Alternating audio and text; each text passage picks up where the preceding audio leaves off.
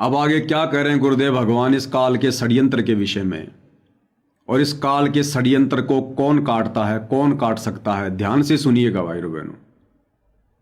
तो बच्चों, ये काल का षड्यंत्र सतगुरु बिना नहीं कोई बता सकता। परमात्मा स्वयं सतगुरु बनकर आए, उन्होंने ये तब पर्दाफाश किया। क्या कह रहे हैं गुरुदेव भगवान कि बच्चों ये काल का जो षड्यंत्र है ना, इसको सतगुरु के बिना कोई नहीं बता सकता।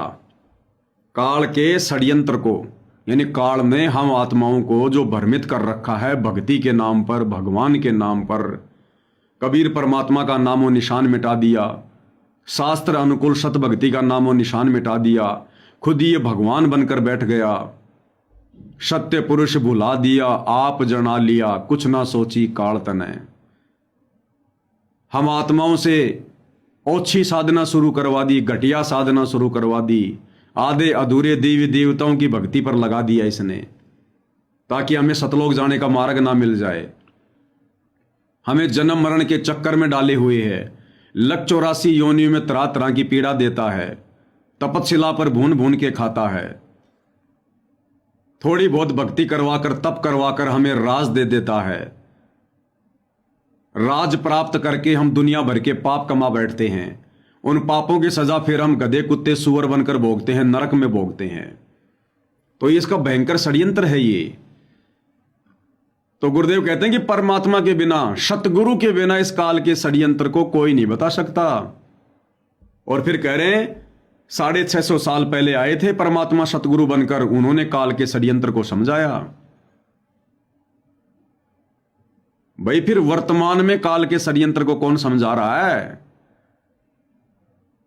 अगर सतगुरु के बिना कोई काल के षड्यंत्र को नहीं समझा सकता, और सतगुरु स्वयं कबीर परमात्मा जी होते हैं, तो भाई वर्तमान में इस काल के षड्यंत्र को इस कलयुग की पिछली पीढ़ी में सतगुरु बनकर कौन समझा रहा है? सतगुरु रामपाल जी। और इस काल के षड्यंत्र को परमात्मा के बिना कोई नहीं समझा सकता। तो सतगुरु रामपाल जी कौन है भाई? जिन्होंने पूरा भेद खोल के रख दिया। सतगुरु की वाणी है अनमोल, इसे ना समझ सके अनभोल, साहिब ने भेद दिया सब खोल, आपनी सतलोक राजधानी का। ये गरीबदास जी की वाणी वर्तमान समय के लिए है। साहिब ने भेद दिया सब खोल, आपनी सतलोक राजधानी का। 650 साल पहले साहिब ने, कबीर ने भेद नहीं खोला था, भेद को छुपाया था। धर्मदास मेरी लाख दुआई, मूल ज्ञान कहीं बाहर न जाई। ये भेद तो आज खोला गया है सतगुरु रामपाल जी के द्वारा। और वाणी में क्या कहा गया है? साहिब ने भेद दिया सब खोल। तो सतगुरु रामपाल जी ने खोला पूरा भेद। तो साहिब कौन हुए? सतगुरु रामपाल जी। तो भाई और बहनों, इसी प्रकार के संकेत मिलेंगे हमें सतगुरु के सत्संग में, उनके परमेश्वर होने के विषय में, साहिब होने के विषय में।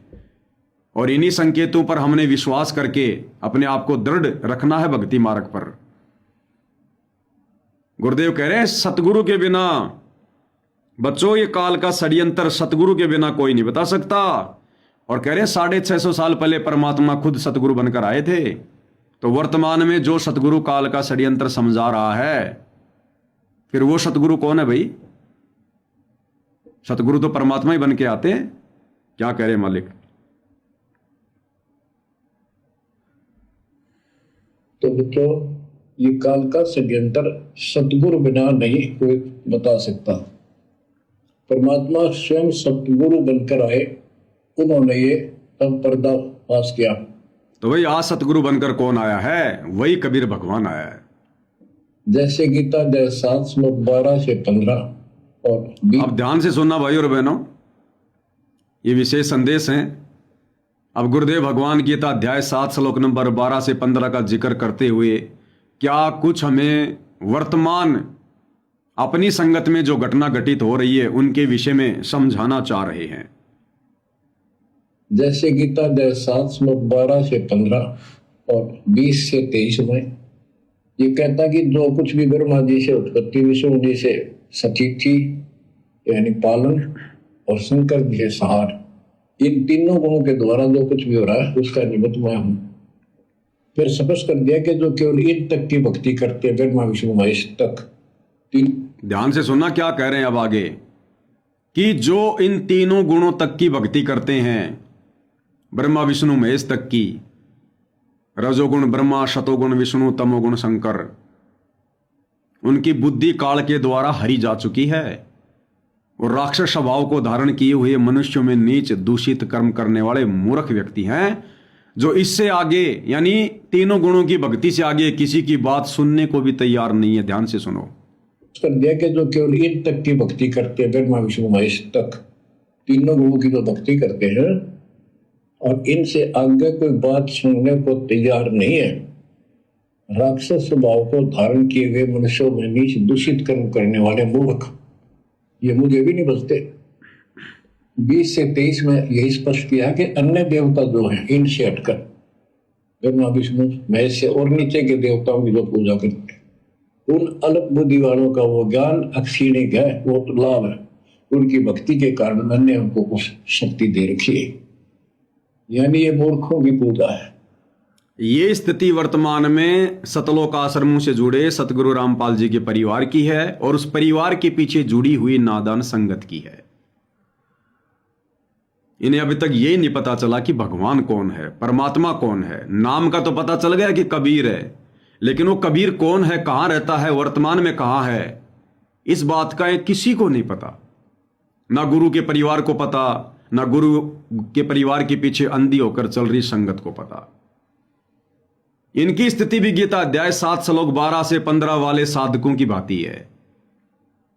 गीता अध्याय 7 श्लोक 12 से 15 में क्या बताया गुरुदेव ने, जो तीनों गुणों तक की भक्ति में आरूढ़ हैं और इससे ऊपर वो किसी की बात सुनना भी पसंद नहीं करते कि इससे ऊपर भी कोई भक्ति होगी, कोई ब्रह्म भक्ति होगी, कोई पूर्ण ब्रह्म की भक्ति होगी, इससे ऊपर वो सुनना भी पसंद नहीं करते। कहते वो तो राक्षस स्वभाव को धारण किए हुए मनुष्यों में नीच दूषित कर्म करने वाले मूर्ख लोग हैं। वर्तमान में क्या हो रहा है सतगुरु रामपाल जी की संगत में, ये सतलोक आश्रम वाले ये उसी घटिया साधना पर आरूढ़ हैं, कबीर की दाढ़ी मूछ वाली नकली बेजुबान मुर्दा फोटो की साधना पर। वो गीता अध्याय 7 श्लोक 12 से जो 15 वाले भगत हैं, वो भी तीनों गुणों की भक्ति पर, नाशवान भगवानों की भक्ति पर आरूढ़ हैं, जिनकी भक्ति करने से कुछ नहीं मिलना। और ये सतलोक आश्रमों से जुड़े भाई बहन भी उस दाढ़ी मूछ वाली कबीर की नासवान बेजुबान मुर्दा फोटो को भगवान मानकर उसकी भक्ति पर आरूढ़ है, जिससे कुछ नहीं मिलना सिवाय नुकसान के। और इससे ऊपर यदि कोई इनको बताता है कि भाई ये दाढ़ी मूछ वाली कबीर की जो फोटो है ये कोई भगवान नहीं है, कोई परमात्मा नहीं है, इस फोटो को भगवान मानकर पूजने से केवल मूर्ति पूजा कहलाएगी, इससे ऊपर और भगवान है और परमात्मा है, असली कबीर है, सतगुरु रामपाल जी है। अपने गुरु को परमात्मा के रूप में स्वीकार करो, अपने गुरु को परमपिता परमेश्वर मानो, कबीर भगवान मानो, और फिर साध संगति से जुड़कर, जो साध संगति उनका यथार्थ मिशन है, फिर साध संगति से जुड़कर अपने गुरु जी को परमेश्वर मानकर परमेश्वर की भांति भक्ति क्रिया करो। लेकिन इससे ऊपर ये सुनने को तैयार ही नहीं है। राक्षस स्वभाव को धारण किए हुए मनुष्यों में नीच दूषित कर्म करने वाले मूड हैं ये।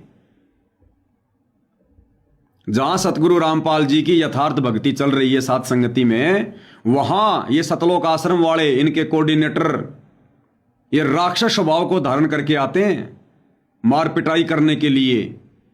तो ये कर्म तो भैया उनके होते हैं जो मनुष्यों में नीच होते हैं, ये तो दूषित कर्म है, ये तो मूर्खों के कर्म हैं। तो हम साध संगति से जुड़े भाई बहन जब इनको यथार्थ कबीर के विषय में और यथार्थ कबीर सतगुरु रामपाल जी की पतिव्रता पद की भक्ति के विषय में बताते हैं, तो इससे आगे ये सुनने को तैयार नहीं है कि नहीं नहीं नहीं नहीं, हमारा भगवान तो जैसा भी है, मुर्दा है या जिंदा है, वो दाढ़ी मूछ वाला कबीर ही है, और इससे ऊपर हम तुम्हारी बात नहीं मानने वाले। तो ये तो राक्षस स्वभाव को धारण किए हुए मनुष्यों में नीच दूषित कर्म करने वाले मूड हैं। इन लोगों की कुसंगति से कुछ नहीं मिलेगा संगत को। ये तो मुर्दों की पूजा कर रहे हैं, मुर्दों की भक्ति हो रही है। और फिर परमात्मा ने बताया कि तीनों गुण नहीं, फिर गीता अध्याय 7 श्लोक नंबर 20 से 23 में बताया कि इनसे भी नीचे गिरकर, ब्रह्मा विष्णु महेश तीनों गुणों की भक्ति से भी नीचे गिरकर ये मूढ़ लोग, ये फिर इन आधे अधूरे देवी देवताओं की भक्ति पर आरूढ़ हैं। तो इसी प्रकार ये सतलोक आश्रम वाले इस नकली कबीर, बेजुबान मुर्दा, दाढ़ी मूछ वाले कबीर की भक्ति साधना जो घटिया है, अनुतमाम है, इससे भी नीचे गिरकर ये कभी परशुराम की जयंती में जाते हैं, कभी कबीर की जयंती में जाते हैं, कभी छोटू राम की जयंती में जाते हैं। इससे भी नीचे गिरी हुई भक्ति साधना ये लोग करते हैं फिर।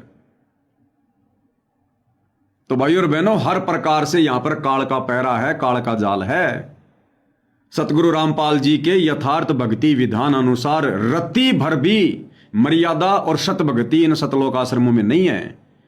ठीक है, आप लोगों ने गुरु जी का ज्ञान सुना, आपको ज्ञान अच्छा लगा, आपको बरवाला कांड के बारे में नहीं पता था, गुरु के परिवार की घटिया हरकतों के बारे में नहीं पता था, आप लोगों ने नाम दीक्षा केंद्र पर जाकर या सतलोक आश्रम में जाकर दीक्षा ले ली, कोई बात नहीं है। अरे लेकिन कम से कम अब तो आंखें खोलो। अगर आप सतलोक आश्रमों से जुड़ चुके हैं, नाम दीक्षा ले चुके हैं तो कोई बात नहीं, लेकिन अब तो कम से कम गुरु क्या कह रहा है, गुरु का ज्ञान क्या कह रहा है। गुरु इस पृथ्वी पर आकर तुमसे मुर्दाओं की भक्ति करवाने आता है क्या? मुर्दा की भक्ति करवाएगा गुरु? मुर्दों की पूजा तो इससे पहले हो रही थी मंदिरों में, मस्जिदों में, चर्चों में, गुरुद्वारों में। पत्थरों की पूजा, समाधि पूजा, धाम पूजा, तीर्थ पूजा, मुर्दों की पूजा तो सतगुरु के सतलोक से चलकर धरती पर प्रकट होने से पहले चल रही थी। सतगुरु तो जिंदा की पूजा करवाने आता है, खुद की पूजा करवाता है। एक के सादे सब सदे, सब सादे सब जाए, माली सींचे मूल को फले फूले गाए।